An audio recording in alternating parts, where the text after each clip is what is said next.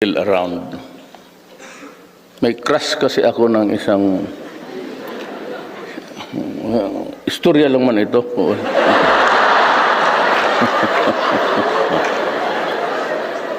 She was that lady na makita mo doon sa St. Alsem's building. If you go up, yung babae na, I don't know if she's still around, yung babae doon nakaupo, na may lunal dito.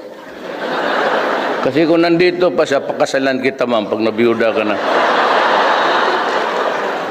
Talagang crush kita. And every time that mag-akyat ako, tinitignan ko siya, alam niya na may gusto ako sa kanya. Ang problema, hindi ko alam kung may gusto siya sa akin. From a distance. But she knew that I was her admirer.